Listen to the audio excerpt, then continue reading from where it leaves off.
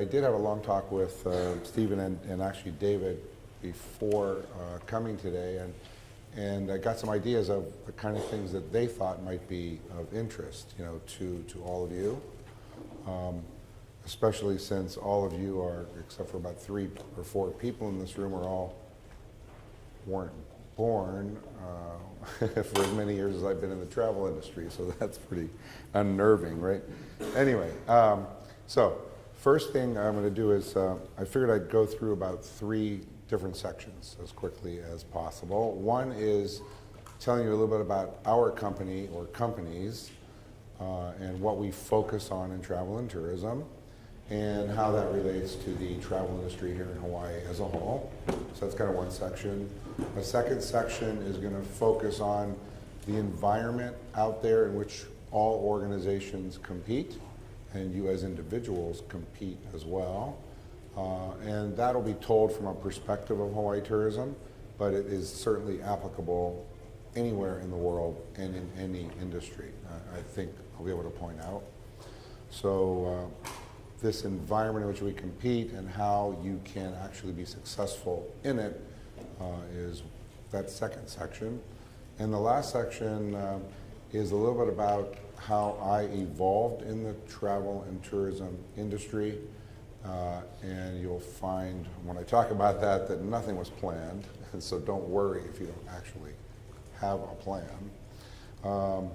And some of the qualities, life qualities that I feel that are really important and I've learned in my life, and things that we look for when we're looking for people to join our various teams. So I'll share some of that, okay? So let me see, I have a little clicker, we'll go from there. So our company is MCNA Inc., that's our parent company. And you're going to see 5 different logos up there, and each of these focuses on a different type of tourism. The largest of the groups is the MCNA logo itself, that brand, and that company handles meetings, conventions, and incentives that come primarily from North America and Australia, New Zealand to Hawaii and throughout the Hawaiian Islands. But the distinction of that brand versus some of the others is 80% of their business comes from other travel companies that we have preferred or exclusive relationships with. So anytime they have business of corporations, they're going to provide that business to us. And that brand is about 35 years old at this point, and still going quite strong. So the distinction is 80% of their business comes from these third-party travel companies we refer to. These could be large incentive travel houses or companies that work with a lot of corporations.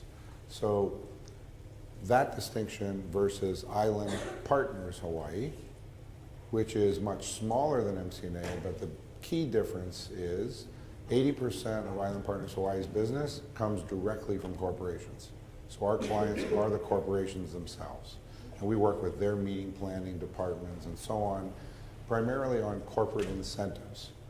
And corporate incentives are simply when a company is trying to reward their best, either their best customers, their best internal performers. If you're an insurance company, it could be your best agents or distributors. So you're rewarding your top people, and usually it's like the top 1% or top 2%. So Island Partners focuses strictly on corporate direct business, and none of Island Partners Hawaii business overlaps with MCNA. So that's a clear distinction there. The other businesses don't necessarily relate to corporate business. Diamond Head Vacations is actually a brand you will probably never see. It's a private label company, and it deals with 2 kinds of customers. Cruise lines. We handle almost every cruise line that comes to the state. And so if you ever picked somebody up at the cruise line or been on a cruise, and there's a process where you're getting off the ship and then you check in at this kind of wall of computers with people there that are helping facilitate that. Well, those are part of our team. So we're actually out there turning this ship around from a customer service standpoint. And we also are handling the meeting and greeting of customers when they come off the cruise line, if they want to then take a pre-trip or a post-trip, they want to do some activities and excursions while they're here. So all that's handled on behalf of the cruise lines. So even those people don't see the name Diamond Head Vacations. And then the other part of that business, also in the leisure traveler space, is there are travel wholesalers from around the world, and these are just travel companies that are putting together packages for people to buy. And they usually include air and hotel or condominium and some kind of ground transportation and so on. And when their customers get to Hawaii, they need somebody to take care of them. And so we are actually servicing their customers on their behalf. So we're taking on various names of companies, even though we're really just a private company behind the scenes in that. So that's Diamond Head Vacations. Upon a Star is an event company.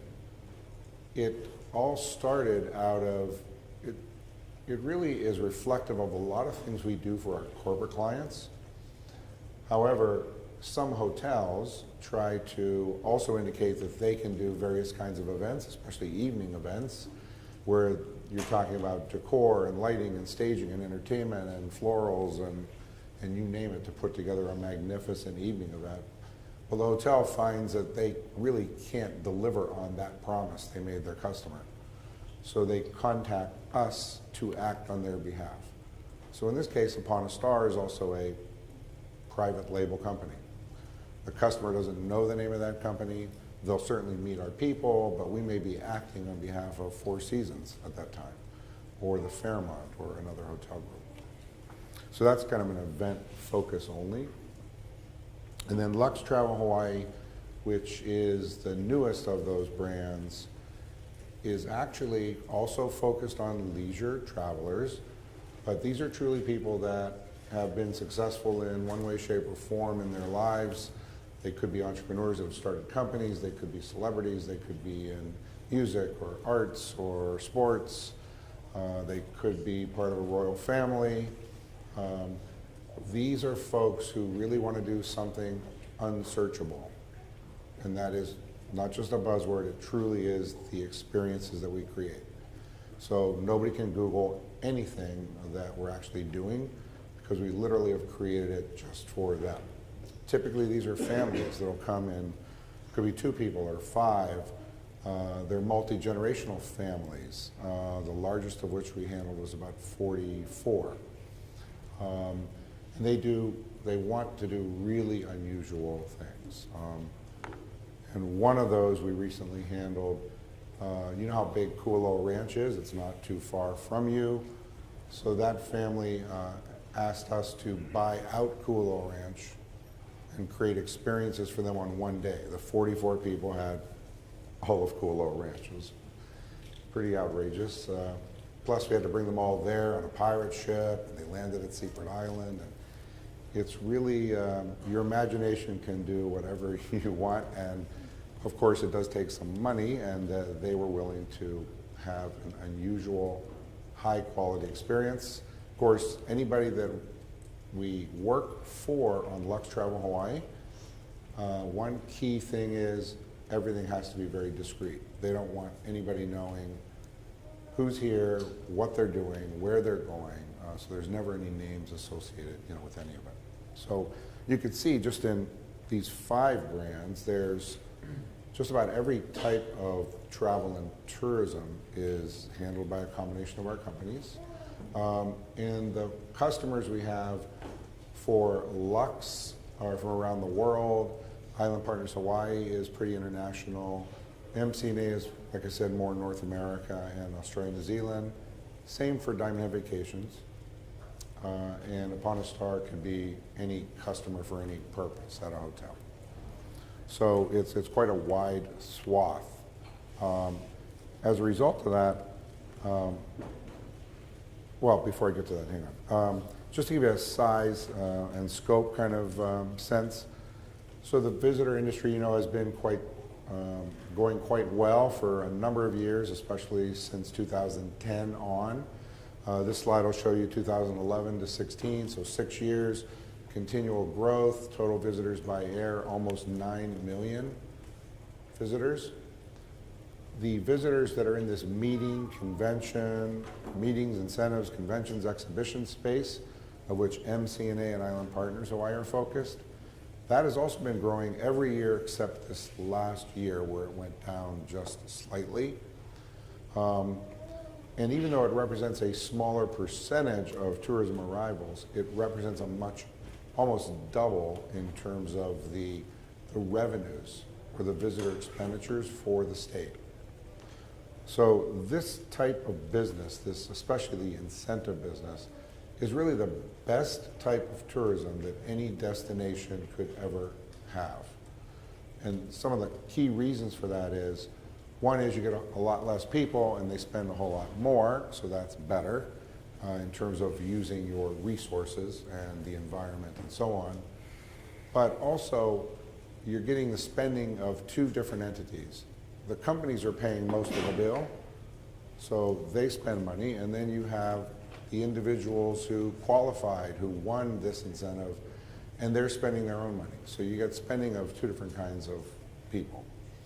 Also, these folks are coming typically with spouses or significant others, or they're coming with family, and they are the return visitors that the destination wants to attract anyway. These are typically people that are high performers, higher income earners. They're from all over the country, all over the world, because the companies that we handle might be out of North America, but their attendees are global because their incentive is based on global performance. So this really is the best type of tourism. And more efforts should continually be placed in this in a destination. And I'll try not to be too political about how successful Hawaii has been or not been in the last 10 years, but not as successful as it should be, especially in the convention, exhibition, association area. Incentives have been great. Hawaii is the leading incentive destination for the last almost 40 years. And about 60% of these still go to Maui. That's the preferred island. But you have a lot to Kauai, the Big Island, more and more now to Oahu and even Lanai. So what you can see here is that the companies that we have to interface with just about every part of the marketplace here. So in terms of who we work with all the transportation type companies. This is air, land, and sea, all types. Lodging, everything from the VRBOs and Airbnbs to, of course, major resorts, private homes, villas, condominiums. The culinary arts, everything from small farmers markets to boutique restaurants to cuisine that we need to put together for somebody's experience when they're out and about. Activities and attractions. You're very familiar with this portion of it, but this is everywhere throughout the state, small and large. Retail, entertainment of any and all forms, mostly throughout the state, and sometimes we'll bring entertainment in from outside of Hawaii. Event design, that gets to our evening event side of things, and where you're into decor and lighting and staging and florals and everything from digital mapping on down. And all of these just continue to evolve. And Hawaii is a really, really high quality leader in almost every space on this wheel. Multimedia. A lot of the groups that we work with, they want us to help them with their multimedia. We're producing collateral materials for them. We're making microsites. We're doing anything and everything they need and able to kind of create this turnkey situation. Educational institutions. One is it's a source of business. A lot of the conventions, associations, or symposiums that happen in Hawaii, the opportunity to have those come here is a result of work that your institution and others around Hawaii actually do. And so we somehow tap into business that way. It's also a great source for subject matter experts that we use when we're looking for guest speakers and various other types of experiences for groups. And of course, a lot of our employees or our staff that we use come from institutions around Hawaii and some outside Hawaii. So we really touch all these. Okay, so that's kind of the section one. I'm gonna have to go a little faster so there's questions out. And David's probably smiling because he knows that once I start getting into all this stuff, I seemingly can go on forever, even without a voice, but we'll try not to do that. Okay, so the environment in which we compete. Now this is something that he and I started talking about this in 1999 together. I'm sure he had thought about this well before that, but that's when he and I started working together at the end of 98, beginning of 1999. And this is still true today. So in terms of the environment in which organizations compete, it's all global, of course, knowledge-based, consumer-driven, consumer behavior and technology, that area. Of course, because of technology, all of us are completely bombarded constantly with messaging, or we're on a variety of devices simultaneously many times. So we want everything that we want when we want it. Immediate access, but we are really overloaded. Our expectations are continually increased because we expect we can get anything we want anytime we want it. And some of you are probably doing that right now on various devices, maybe. Anyway, so it's still true to this day. So that's going to continue to happen. In the media and entertainment world, what's happened there is everything has completely fragmented into these more channels of media and smaller audiences. So it's much harder to hit large groups of customers. You have to be really careful of who you're going after and how you get to them. And then the competition, distribution part, tourism is the #1 industry in the world. And now tourism is the #1 industry for many countries, states, and cities. And that certainly wasn't true in 1999, it wasn't true in 2010, it just keeps expanding. Because it's a great industry, it's a clean industry, it typically helps pulling communities together and emphasizing culture. It's clean from an environmental standpoint. It really helps cities, states, countries, or areas focus on what's special and unique about them and their situation. So there's a lot of competition. And on the supplier side, there's less and less competition. If you go back in any of your classes, go and look at how many airlines existed 30 years ago, or 20, or 10, or 5, you'll find there's very few airlines now. There are very few hotel groups. There's very few rental car companies. There's very few cruise lines. You might see a lot of brand names, but they're all owned by the same companies. And it's really, really getting a little tricky out there. So in this environment, obviously everything continues to change. None of us are going to stop that. There's no limit to the change, and there's no limit to the change that technology brings. And every time there's a new type of technology, it just makes things the change faster, right? So what you have to do in that environment is you really have to be much more inclusive in working not only within your own organization, but with others outside of your organization who share commonalities or common goals. So you have to be much more inclusive, and you really have to, from a marketing standpoint, completely integrate or connect everything you do in a very targeted way and have a very balanced approach to how you market. Because again, there's so many media choices, and there's so many different ways for consumers to be turned on or off by what you're trying to message to them.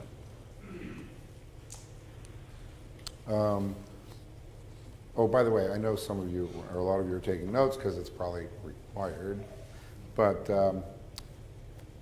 they're going to be able to send this entire presentation out to all of you by email, so use it and abuse it, do whatever you want with it. It's all good. It's all okay.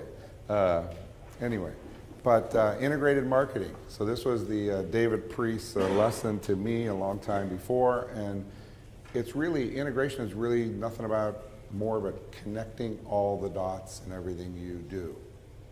Everything you do has an impact on people down the line, and everything they do has an impact on others, and it just keeps going.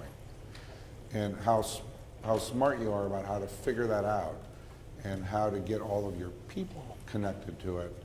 And if you're a company, in this case, we're going to talk about it from a brand standpoint, as if this was Hawaii tourism.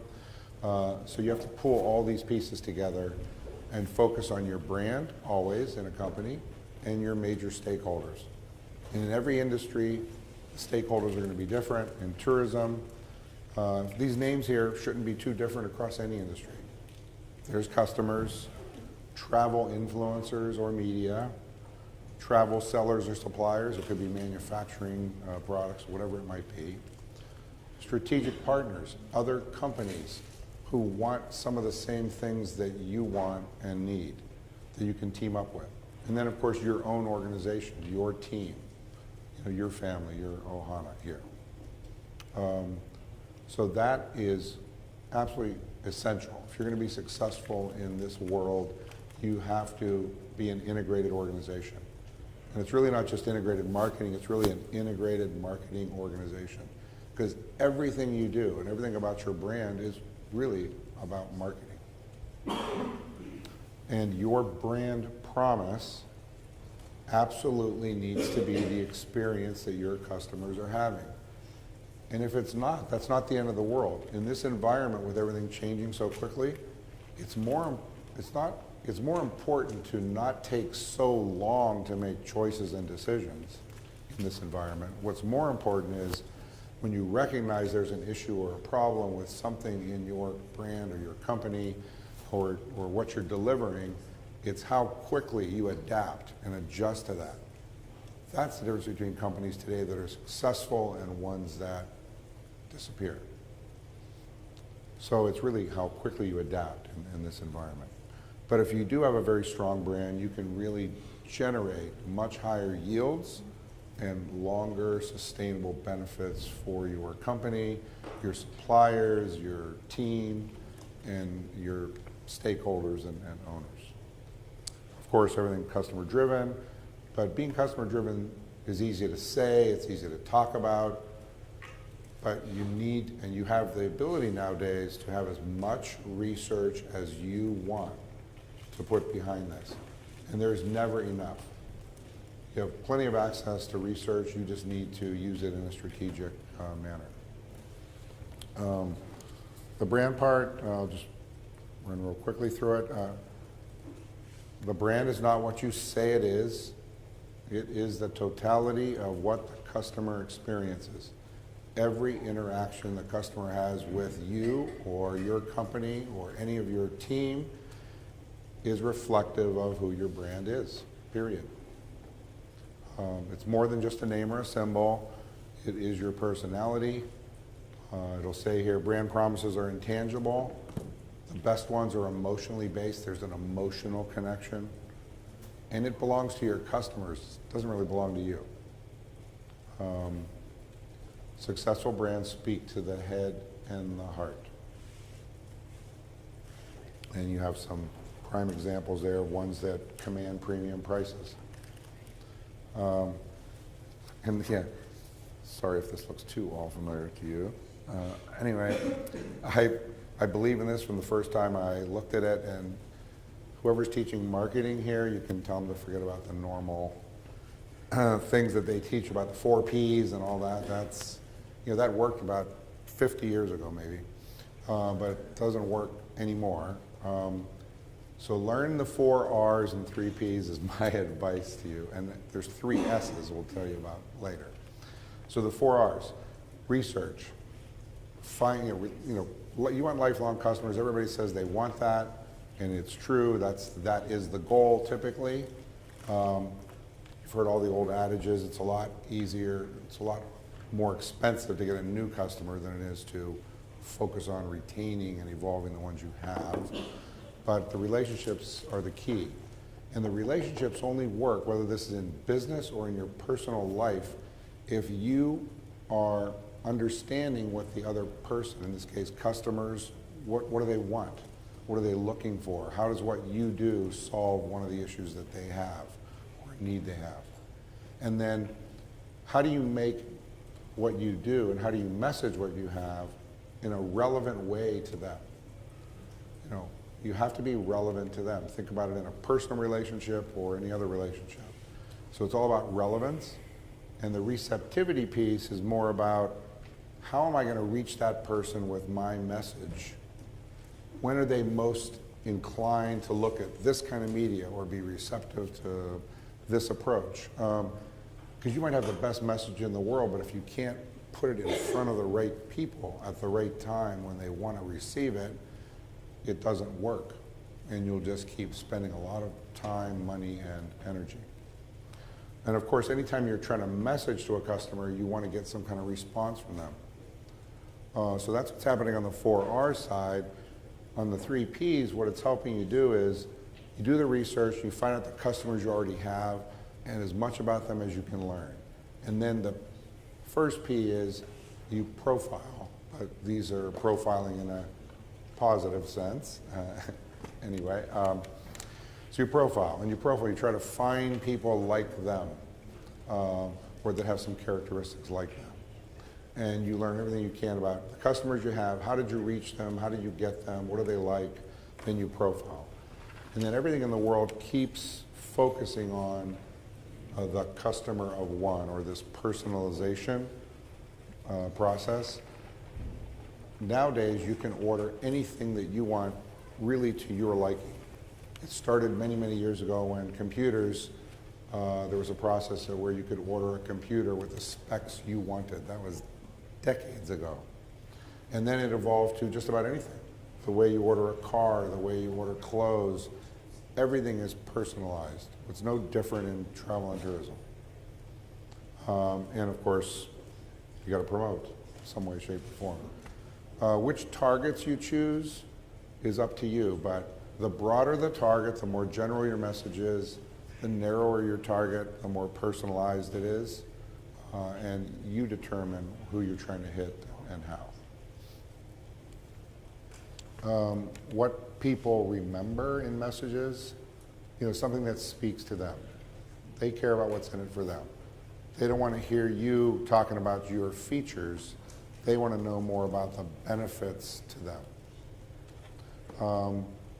Try to give them some information that maybe they're not aware of. If you can, you put some fantasy behind things where possible. If it's really a high involvement purchase, very expensive, involved purchase, then you're going to have to provide people more information than you would for a product that's selling for $2, $5, or $10, as you see on TV or in various forms of media all the time. And this is, every consumer is at a different place on this kind of continual wheel or continual circle. Some may not have any awareness of you at all, like Hawaii, for example. Some may have awareness of Hawaii, but they need more stimulation to have desire to come or get further along the line and say, I really am planning on going. And then you want to hit them with offers or opportunities that might get them over the final hurdle so they actually book something. So every customer in every business of any type is always on this kind of circle. And again, you're going to hear this thing about integration and a multi-front attack. It's again back to the issue of media. There's so many fragmented types of media, and people are so overloaded of receiving messages in every way, shape, and form that you have to figure out, how do I break through that? And if you can't do it all year long, all the time, then you pick your times when you can do it, and you try to kind of what we call the three S's: synchronization, saturation, and stimulation. The synchronization is just when you're going to go and do a certain kind of marketing program or promotion, and you want your PR and your social media, and if you're going to use traditional media, you want influencers or bloggers, people out there, hitting them with messages. You want all these things to be all synchronized so that what you're doing is surrounding your customer with these waves of marketing messages just at periods of time when you really can get across your point. And whatever business you're in, it doesn't matter whether your product or service is very expensive or not, just try to move with the thought of setting the standard in what you're doing. Try to be the company in that space that's really setting the standard, and get others to chase and follow you. Don't worry about what they're doing. You focus on doing what you do, and you keep innovating and trying to be the best you can be in that space. And let them chase you as you keep moving forward. And this evolution thing is just absolutely true. You just can't get to that point where you think you really have, you know it all, you've done it all, you have all the answers to all of it. I mean, every experience and encounter you have, make it a learning experience. It doesn't matter in terms of who you're learning it from or vice versa. And all of us should be learning from each other. It doesn't matter how many years of quote-unquote experience any of us have had. It's not about that. If you just communicate with people, you can learn something from them, and hopefully you can share something you have with them. And this is like a continuous improvement approach, and it's not about change for the sake of change. It's just to step back and rethink of how you're doing everything. Some of the things you're doing might work perfectly well, so you keep them. And others maybe have an opportunity to be done differently. You have to be honest with yourself, talk to your customers, talk to your colleagues, talk to vendor, supplier partners, and just be willing to listen and open up to them. I have been in pretty much all of these, sectors personally of tourism, except for the lodging one. It's the only one where I've never actually worked inside the lodging portion of the industry, but I've pretty much worked in most of the others in some way, shape, or form. But I certainly have worked across and collaborated with all of them during that time. And what Trevor was talking about as to my quote-unquote, background, and the fact that I couldn't keep a job, obviously, because I kept moving, right, to different places. There was no plan. The plan was really to, in any job I had, just in terms of how you start with your own values and your family and so on, it was you always do the best you can, you always keep learning, and then people will notice, and then good things will come, from that, basically. Never feel bad about any job you have, never think it's beneath you, right? First job I had 40 plus years ago was security screener at the LAX airport in the American Airlines terminal. Because I'd moved to California, I needed money, I needed to get residency to go to graduate school. This is how this all happened. And then I got a job with Western Airlines that did all their customer service type jobs, and it just kept evolving. One area just led to the next opportunity. I never left one of these jobs to take the next one until after the Hawaii Visitors Convention Bureau. But all the others, I was working someplace, and other companies that I worked with said, hey, we're going to expand, and would you like to look at this opportunity?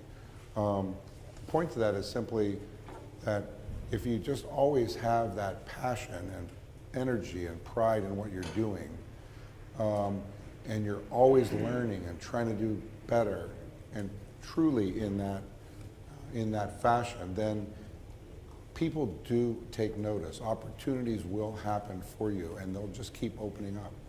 And even if they don't, the time goes a lot faster when you're passionate about what you're doing and you work hard and do your best. Time flies by faster, and it moves on. So it's definitely a happier way to live.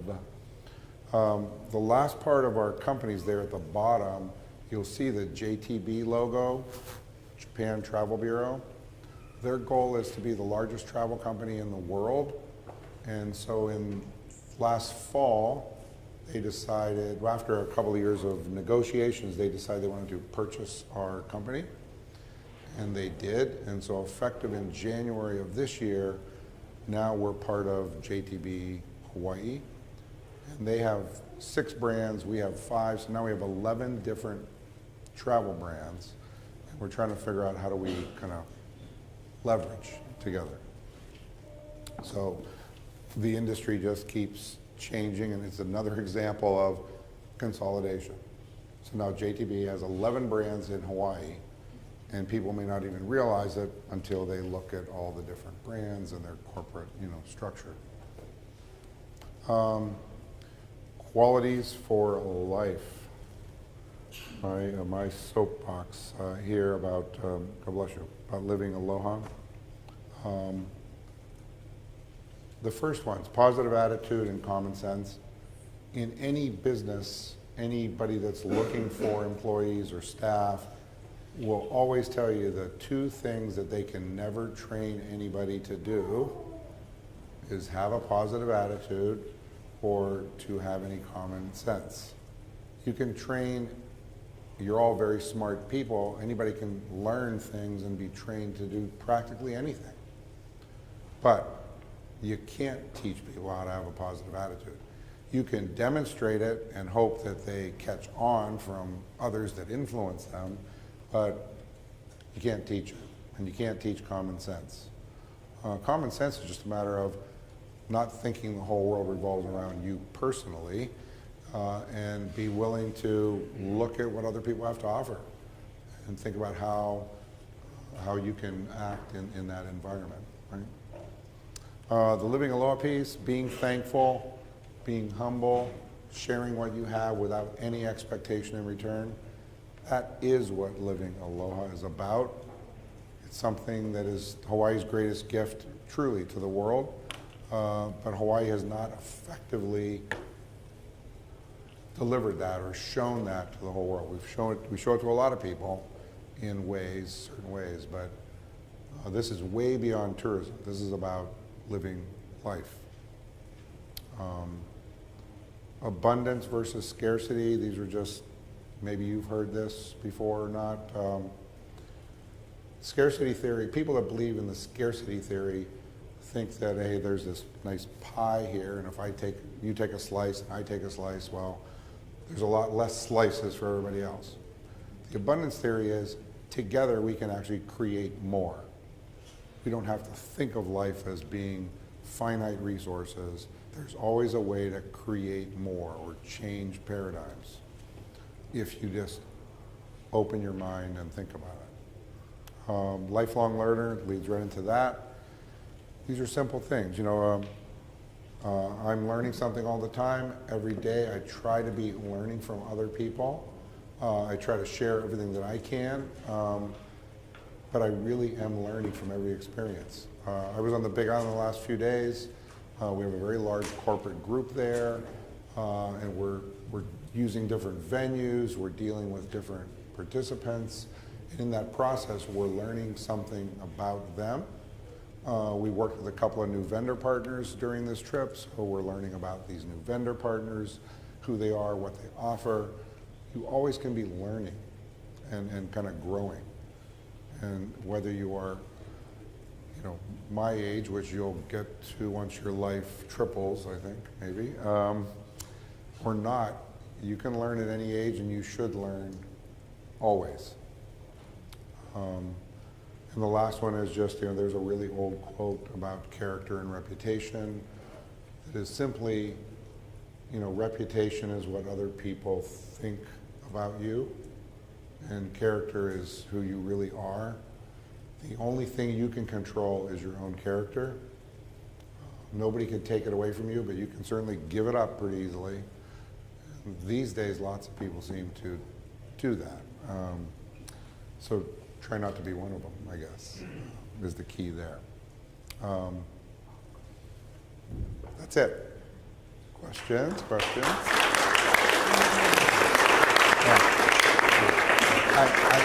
I know you have another class, so I figured before everybody jumped out, I'd leave some time for questions. But any questions? Yes? In Lux Travel, how do you choose the service or product you offer to the customers? Good question. So what we do is, in all the companies we have, we're always out there looking for vendor partners or suppliers around the island. So we're always kind of got our eyes and ears out there as to a new place to eat, a new activity, a small little company or an entrepreneur, a farm, and we learn about these places. We'll send people out and go check them out, and then we'll sit down with those suppliers and talk to them. And the first thing we ask them is, what is it that you always wanted to be able to do to offer people, but you never could find a customer who wanted it, or in other words, use your imagination. And a lot of our great ideas come from them telling us about experiences that they think they could create, but they never did them because nobody was there to buy it. And we said, that's okay, we'll help find somebody to buy it. And then we get vendors together in small groups, and then together we come up with these unsearchable experiences. So we just use a team of really creative people. They do a lot of research.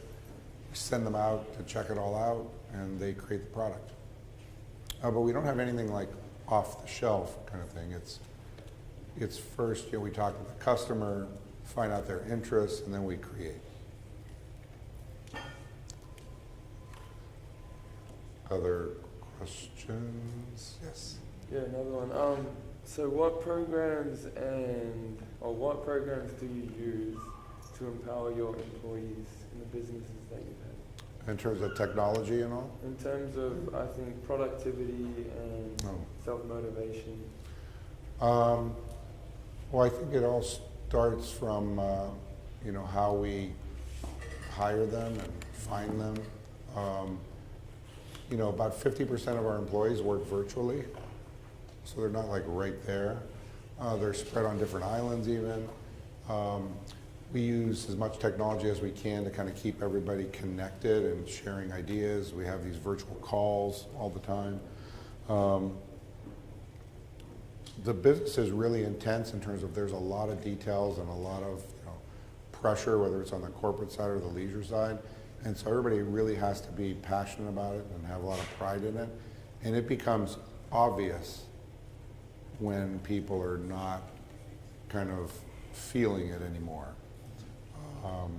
So we don't really have a lot of productivity measurement kind of tools other than we're working with group programs or leisure customers all the time. And from one to the next, we can see whether people really care about what they're doing and have pride in what they're doing, or they don't.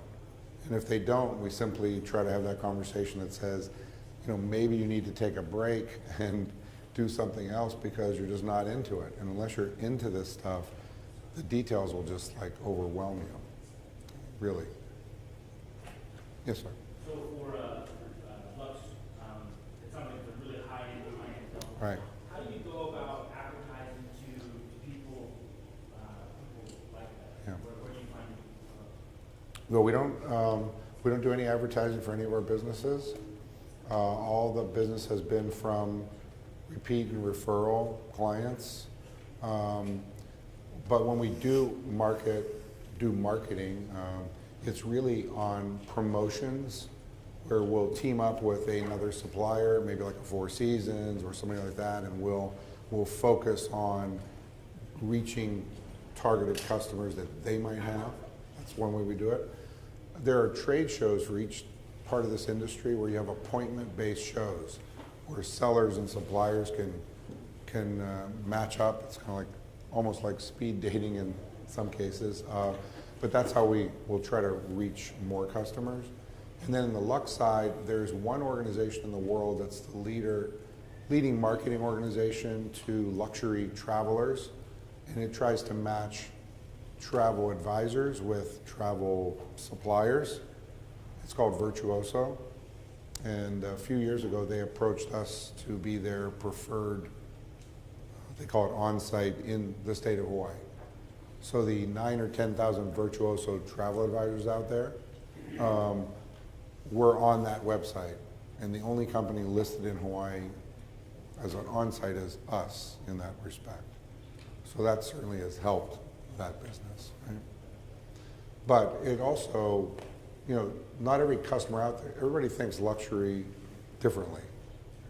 Some want what we call packaged kind of luxury, and there are wholesalers that focus on, I can book you in a high-end hotel and whatever. So we tell them, that's great. You should really go with this company or that company.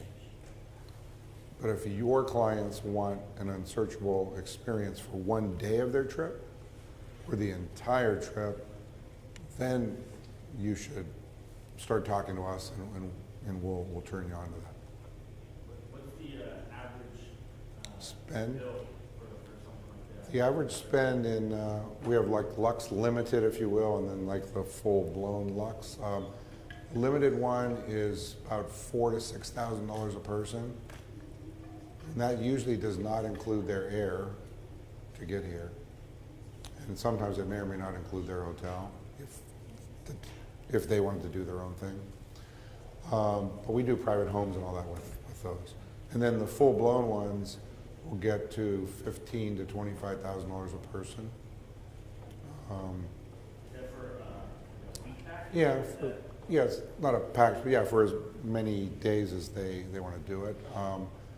One client I was talking about before, the 44 people, they were here for 12 days. They booked their own air and they booked their own accommodations. We just did everything else. And that bill after 12 days was almost $1.5 million.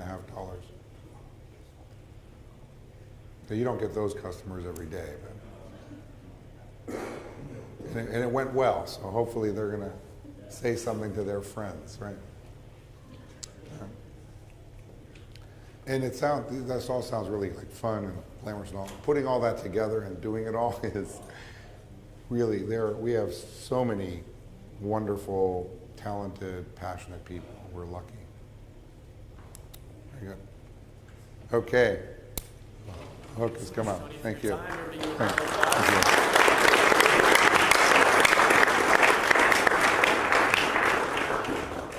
Perfect. All right. So, just another reminder: is some spots open for the election if anyone wants to come.